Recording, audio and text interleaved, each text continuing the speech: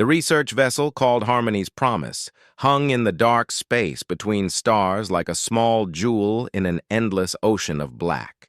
Inside, everything was clean and quiet. The walls were made of a material that seemed to glow softly from within. Machines hummed without making much noise. This was a place where the smartest beings in the galaxy came to study other species and understand them better. Dr. Kwang Ho was one of the most respected doctors in the entire galactic community. He had examined thousands of different creatures from thousands of different worlds. Some were made of solid crystal that caught the light like diamonds. Some were pure energy that moved like living fire. Some had bodies that changed shape whenever they wanted to. Dr. Kwang Ho had seen almost everything that the universe could create.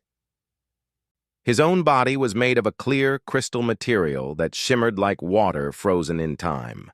Inside his transparent form, gentle lights moved and danced as his thoughts traveled through his being. But on this particular day, Dr. Kwang Ho was about to see something that would change everything he thought he knew about intelligence and survival. A new specimen had arrived from a small blue planet called Earth. Her name was Jiwoo, and she was human. Humans were a young species compared to most beings in the galaxy. They had only recently learned how to leave their own planet and travel to the stars. They were soft and warm, with red blood moving through their bodies. They had survived on their homeworld for thousands of years, but that world was very dangerous. It had creatures that could kill them with teeth and claws. It had plants that could poison them. It had weather that could freeze them or burn them. Humans had learned to survive by being smart and careful. Jiwoo sat in the examination room on a simple white chair. She was calm and patient, even though she was the only human here surrounded by strange alien beings and machines she did not fully understand. She had kind eyes and black hair that hung long down her back. She wore the light gray uniform that the research vessel gave to all specimens. Dr. Kwang Ho moved closer to her. His crystal body caught the light from the glowing walls and threw rainbow colors across the room. Inside his clear form, the gentle lights moved faster as he prepared to do his examination. He had a tablet in his hand that recorded everything that happened during these tests. Today, he wanted to see what Jiwoo knew about her own world and how her species survived there.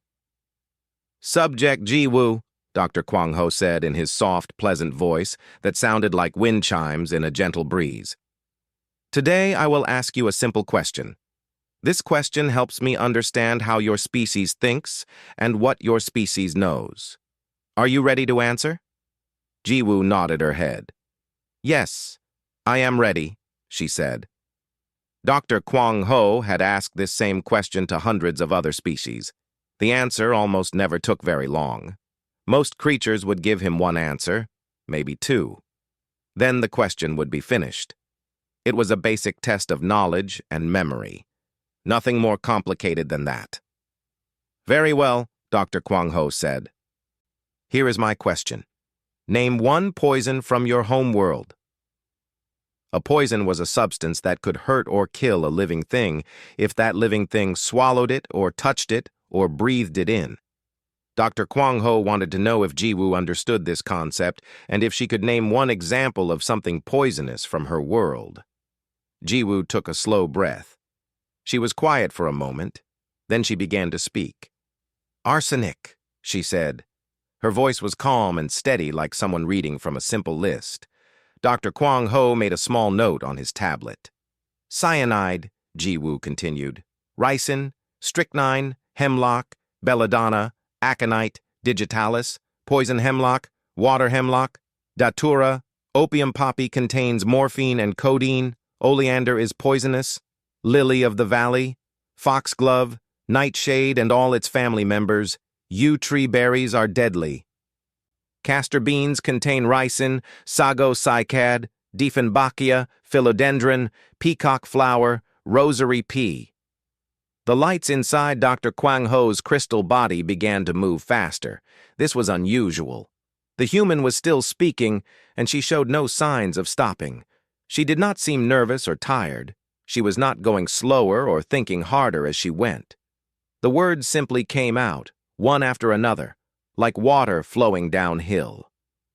By the time Ji Woo had named 40 poisons, Dr. Kwang Ho had stopped taking regular notes.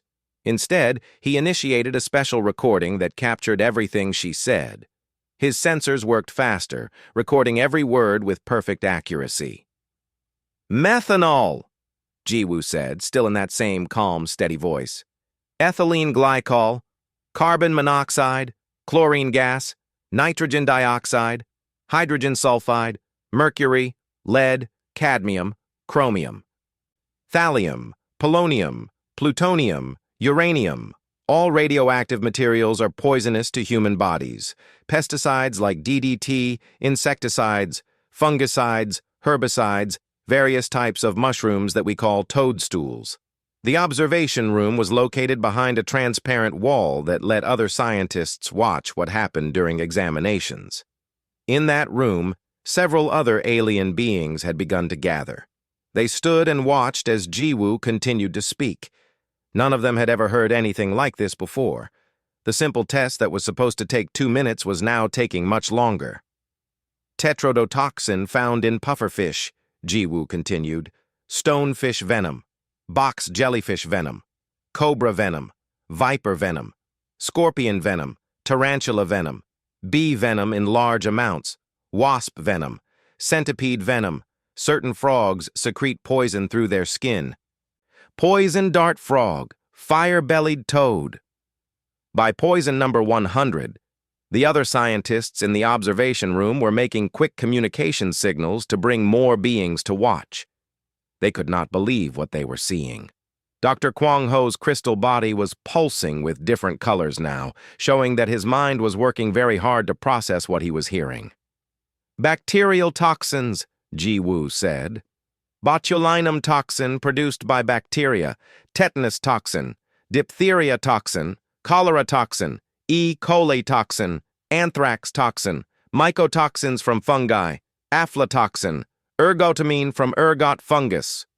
The human woman had now spoken 150 different poisons. Her voice never wavered. She did not pause or stumble or ask if she could stop and rest. She simply continued speaking, as if she had memorized a long poem and was now saying it from memory. Dr. Kwang Ho realized that this simple test had become something much more important. Whatever this creature knew, it was far more extensive than he had expected. He pressed a special button on his tablet that would send an urgent message to the highest leaders of the Intergalactic Medical Council. They needed to know about this immediately. As Ji Woo continued to name poisons, Dr. Kwang Ho began to understand something strange and wonderful about the human species. They were not like other beings. They had learned to live in a world where almost everything could kill them, and in order to survive, they had learned to understand every single thing that could hurt them. 2 hours had passed since Ji Woo began speaking. The simple question that Dr. Kwang Ho had asked so casually had turned into something extraordinary. The observation room was now filled with scientists from many different species. They crowded together, trying to see and hear what was happening in the examination chamber below. The instruments recorded every word Ji Woo said with perfect accuracy. Ji Woo herself looked completely calm. She sat in the same white chair, her hands folded gently in her lap. She did not seem tired or annoyed. She did not seem like someone who was forced to say all these things. Instead, she seemed almost peaceful, as if speaking about poisons was the most natural thing in the world for her to do. By this time, Ji Woo had reached poison number 198. The observers were amazed at how many different poisonous things existed on the planet called Earth. They wondered if the human had studied poison for many years, or if all humans knew these things naturally. Then something changed. Ji Woo paused for just a moment. Her eyes moved to the side of the room where Dr. Kwang Ho kept a small kitchen area. On the shelves were ingredients that the alien scientists used to make food. Some were kept in clear containers so you could see what was inside them. There was salt in one container. There were dried spices in others. "You have ingredients here," Jiwoo said. "May I continue with poisons from those?" Dr. Kwang Ho could not speak at first. He was too surprised. He made a small gesture that meant yes.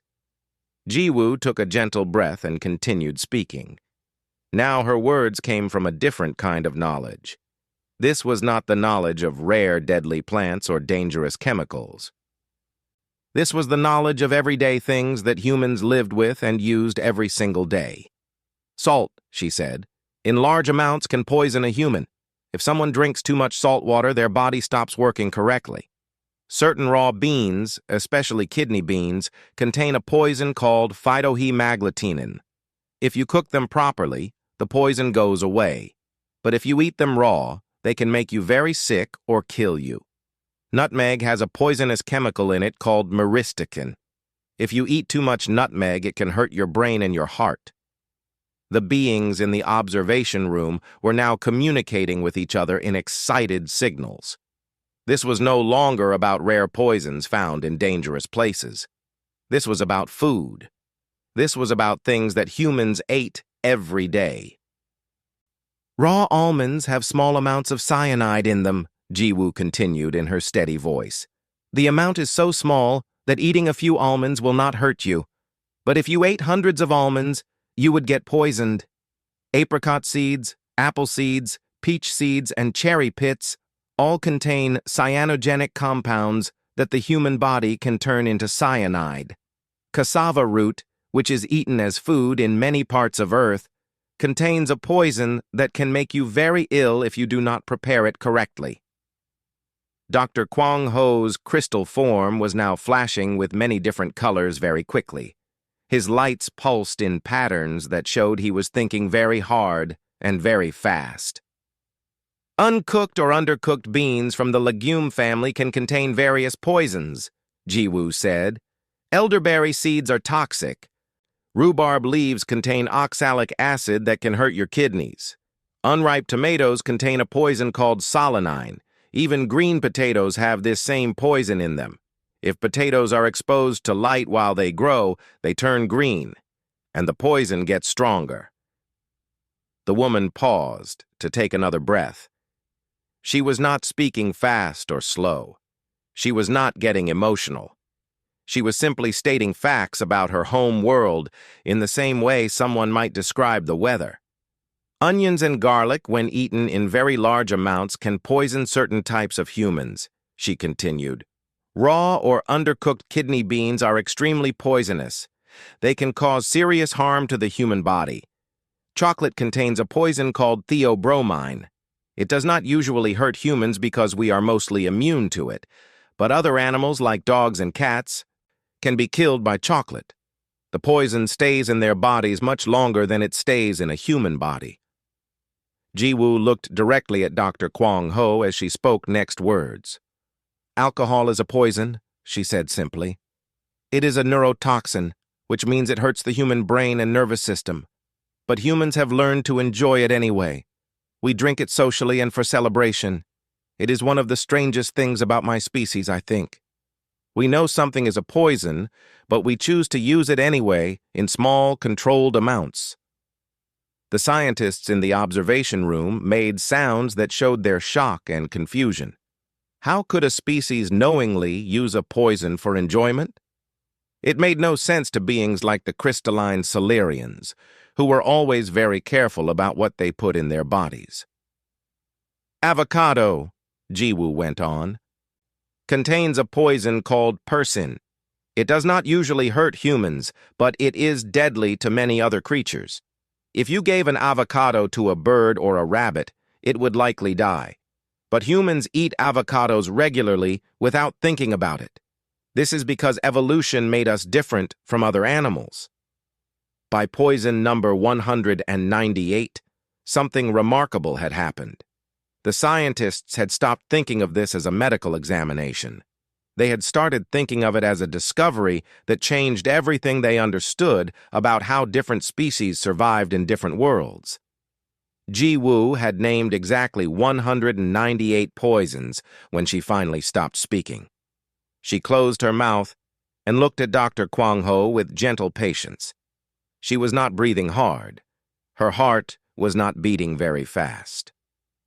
She seemed as calm at the end as she had been at the beginning. Dr. Kwang Ho could not move for several seconds. He did not know what to do or say. In all his years of studying different species, he had never encountered anything like this. A single question had revealed something profound about the human species. They did not just know about danger. They lived with danger every single day. They cooked with poisons. They ate foods that contained poisons. They had learned to exist in a world where almost everything could hurt them, and they had survived by understanding exactly what could hurt them and how to manage that hurt.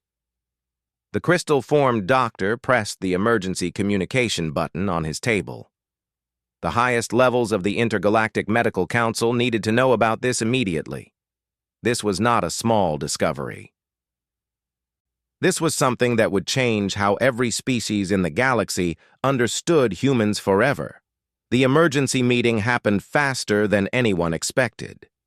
Within 6 hours of Dr. Kwang Ho sending his message, the Council's headquarters received the information and decided that something extraordinary had occurred.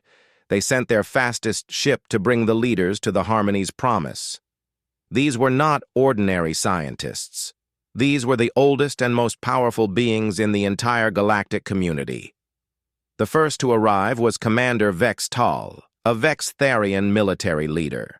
The Vextharians were a species that had learned to survive through perfect planning and perfect tactical thinking. They could see patterns in chaos and understand threats before those threats fully developed. Commander Vex Tal's body was tall and slender, with 6 arms that moved with mathematical precision. His skin was the color of deep purple, and his eyes could see things that human eyes could never see. The next to arrive was scientist Mun He, a pure Prothean being made entirely of organized energy. Protheans did not have physical bodies. They were intelligent patterns of force and consciousness that moved through space in waves of shimmering light.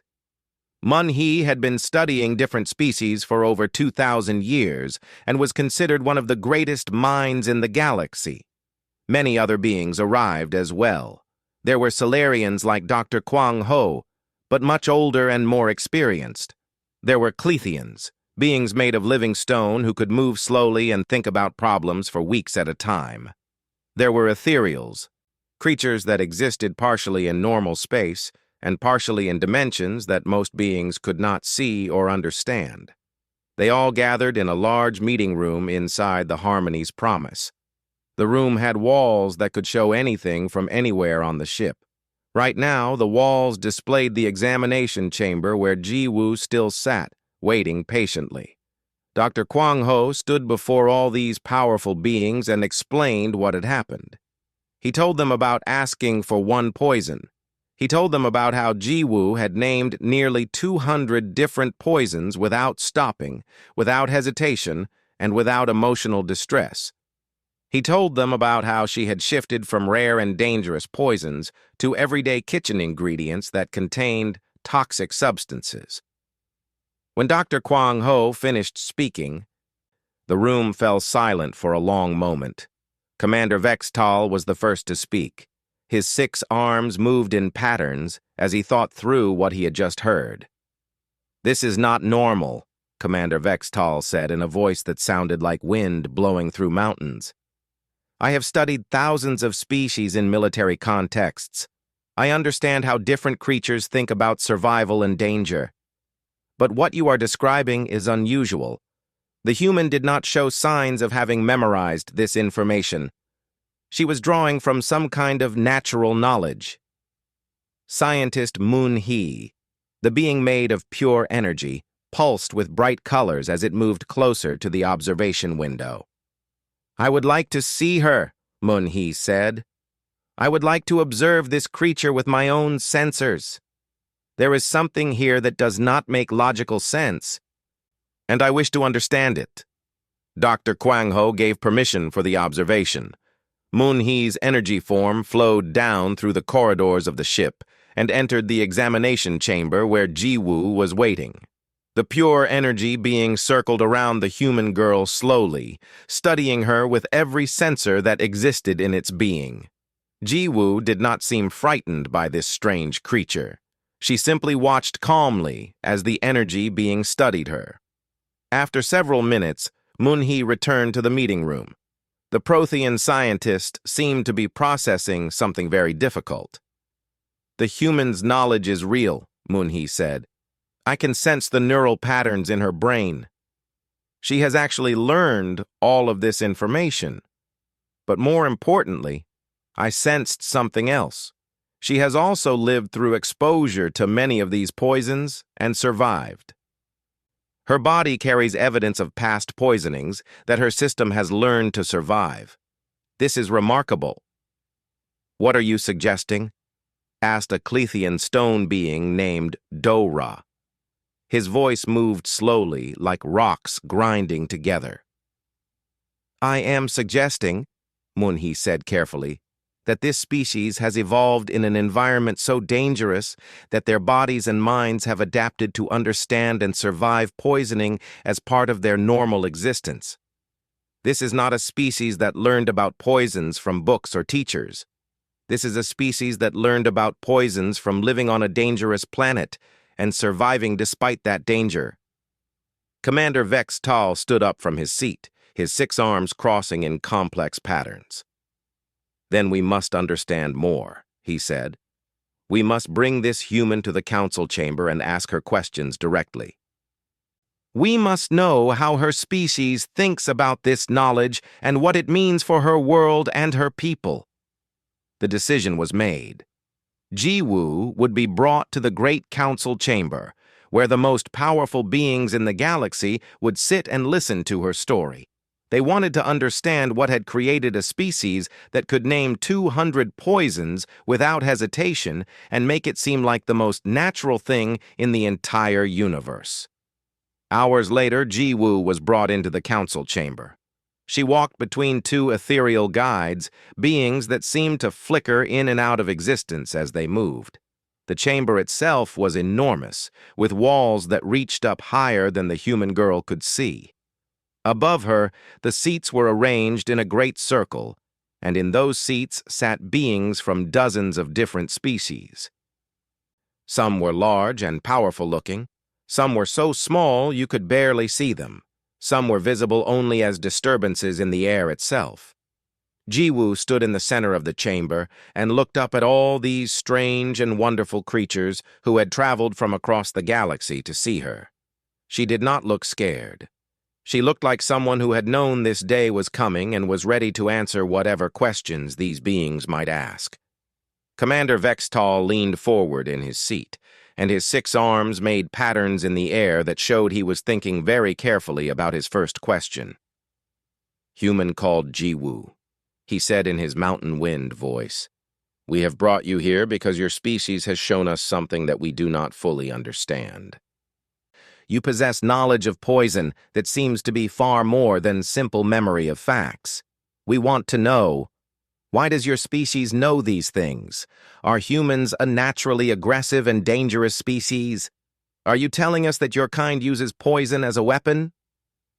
Ji-woo stood in the center of that great chamber and took a slow breath.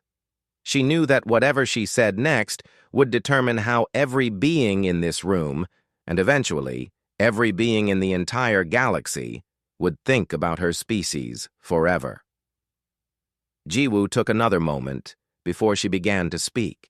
Her small human body seemed even smaller in this vast chamber surrounded by powerful alien beings. But when she opened her mouth, her voice was clear and strong. She spoke carefully and slowly so that all the translation devices could turn her human words into the hundreds of different languages used by the beings in the chamber. "Commander Vex Tal, and all the honored members of the council," she began, "I understand why you might think that my species is aggressive. I understand why you might be frightened or concerned about what I have told you. But I want to tell you the truth about why humans know these things."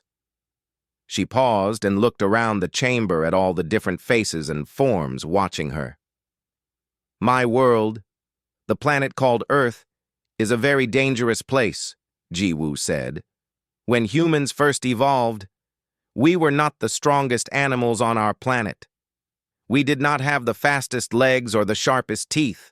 We could not fly like birds. We could not live in the water like fish. We had only one thing that other animals did not have. We had intelligence. We had the ability to think about problems and find solutions. The beings in the chamber listened carefully to every word. Because our world was so dangerous, humans had to learn about danger, Jiwoo continued. When our ancestors lived in forests and caves, they had to know which plants they could eat and which plants would kill them. Some plants had beautiful berries, but eating those berries would cause death. Some plants looked ugly and wrong, but they were safe to eat. Humans could not just guess about these things. We had to learn. Those ancestors who learned correctly survived and had children. Those who guessed wrong died. This is how nature teaches through pain and death. She watched the faces of the beings around her to see if they understood. As humans grew smarter, Jiwoo said, we learned more and more about our dangerous world. We learned which animals had venom and how their venom worked. We learned which mushrooms would kill us and which were safe to eat. We learned which insects were poisonous. We learned about our own bodies and what could hurt them. This knowledge was not created because humans wanted to make weapons. This knowledge was created because humans wanted to survive. Commander Vextal's 6 arms made quick movements as he processed what the human was saying. Then you confirm that humans are not aggressive? He asked carefully. No, Jiwoo said. We are not aggressive. We are something different. We are careful. We are cautious. We respect danger because we have learned what danger can do. Imagine if you lived in a world where almost everything could kill you. You would learn to understand that world very well. You would not use that knowledge to hurt others. You would use it to keep yourself and your family safe. Scientist Moon-hee pulsed with colors that suggested deep thinking. But you said that humans use alcohol, which is a poison for enjoyment, Moon-hee said. This seems to contradict what you are saying about caution and respect for danger. Jiwoo smiled a little bit. This is a good question, she said. Humans are complicated beings. We are not simple or easy to understand. Yes, we use alcohol even though we know it is a poison. We do this because we also understand that small amounts of poison do not hurt us. We understand balance and control. Our bodies are strong enough to survive small amounts of poison, and we have learned to enjoy the feeling it creates in our minds. This shows something important about humans. We do not fear things just because they are dangerous. We try to understand them and live with them. A small ethereal being, barely visible in the chamber, made a sound like wind chimes. You are saying that your species has learned to live with danger rather than eliminate danger. This is a new way of thinking for many of us. Yes, Jiwoo said. Most species try to remove danger from their lives. They move to safer places. They use technology to protect themselves. Humans do these things too. But we also understand that some danger is part of living. Some danger cannot be removed. So instead of just avoiding danger, we learn to understand it and manage it. She walked slowly across the center of the chamber as she spoke, so that more of the council members could see her clearly. A human mother is not an aggressive being, Jiwoo said, but a human mother learns about every poison that exists because she wants to protect her children from those poisons. She teaches her children about dangerous plants and animals. She learns to cook food in ways that remove poisons. She learns to keep cleaning materials locked away from her children because she understands that these substances are deadly. This is not preparation for war. This is love and protection. The beings in the chamber had become very quiet. Many of them had never thought about things in this way before. We have doctors, Jiwoo continued, who spend their entire lives studying poisons because they want to help people who have been poisoned. We have scientists who study toxic substances so they can find medicines to help sick people. We have gardeners and farmers who understand which plants are safe to eat and which are not. All of this knowledge comes from the same source. We live in a dangerous world, and we have chosen to understand that danger rather than fear it. Commander Vextal stood up from his seat. His 6 arms moved in patterns that showed the other council members that he was coming to an important realization. "This human is not dangerous," Commander Vextal said loudly. "This human represents a species that has learned to dance with danger, a species that understands that danger is part of existence and has learned to live with that understanding. This is not aggression, this is wisdom." The chamber filled with sounds of agreement. Many different species made their own sounds and signals to show that they understood what Jiwoo was saying. "I have one more thing I want to say," Jiwoo said, and the chamber became quiet again. "Humans are not special because we know about poisons. We are special because we have learned to see danger and not run away from it. We have learned to study it and understand it. We have learned that knowledge is more powerful than fear. And we have learned that understanding the things that can hurt us helps us protect the things that we love. That is why I could name 200 poisons without fear. Not because I wanted to hurt anyone, but because understanding danger is what humans do best." When Jiwoo finished speaking, something remarkable happened. One by one, the beings in the council chamber began to make sounds and signals that showed respect and honor. These were beings from dozens of different species, with completely different ways of thinking. But in that moment, they all understood something important about the small human girl who stood in the center of their chamber. The decision made by the Intergalactic Council was historic and would change the future of the galaxy forever. Jiwoo was not going to be sent back to Earth as a specimen. Instead, she would stay on the Harmony's Promise as a consultant and teacher. More importantly, the Council voted to bring other humans to the ship so that the galaxy could learn more about this remarkable species. The first human to arrive after Jiwoo was a man named Taemin. He was a chef from Korea, a country on the continent of Asia on the planet Earth. Taemin had spent his entire life studying food and how different ingredients worked together. He understood the chemistry of cooking in ways that most humans never learned. He knew which combinations of ingredients created flavors that delighted the human senses. He also knew which ingredients could poison someone if they were not prepared correctly. The second human to arrive was a woman named Mi-sun, an agricultural specialist. Mi-sun had spent many years studying plants from all over Earth. She knew which plants were safe to grow and eat, and which plants would kill humans if they were consumed. She had helped farmers in poor countries grow better food and understand their own environment more deeply. The third human was a man named Do-yeon, a medical researcher.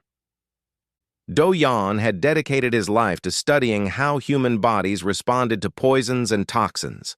He understood how human genetics gave some people protection from things that would kill other creatures. He had studied how human immune systems learned to protect the body from dangerous substances. Together, these 3 humans began to work with the Intergalactic Council on something completely new. They created a department called the Xenotoxicology Institute through cultural application. This was a fancy name for a place where different species could come and learn how humans understood poisons and danger. It was also a place where humans could teach aliens why knowledge of danger was so important for survival.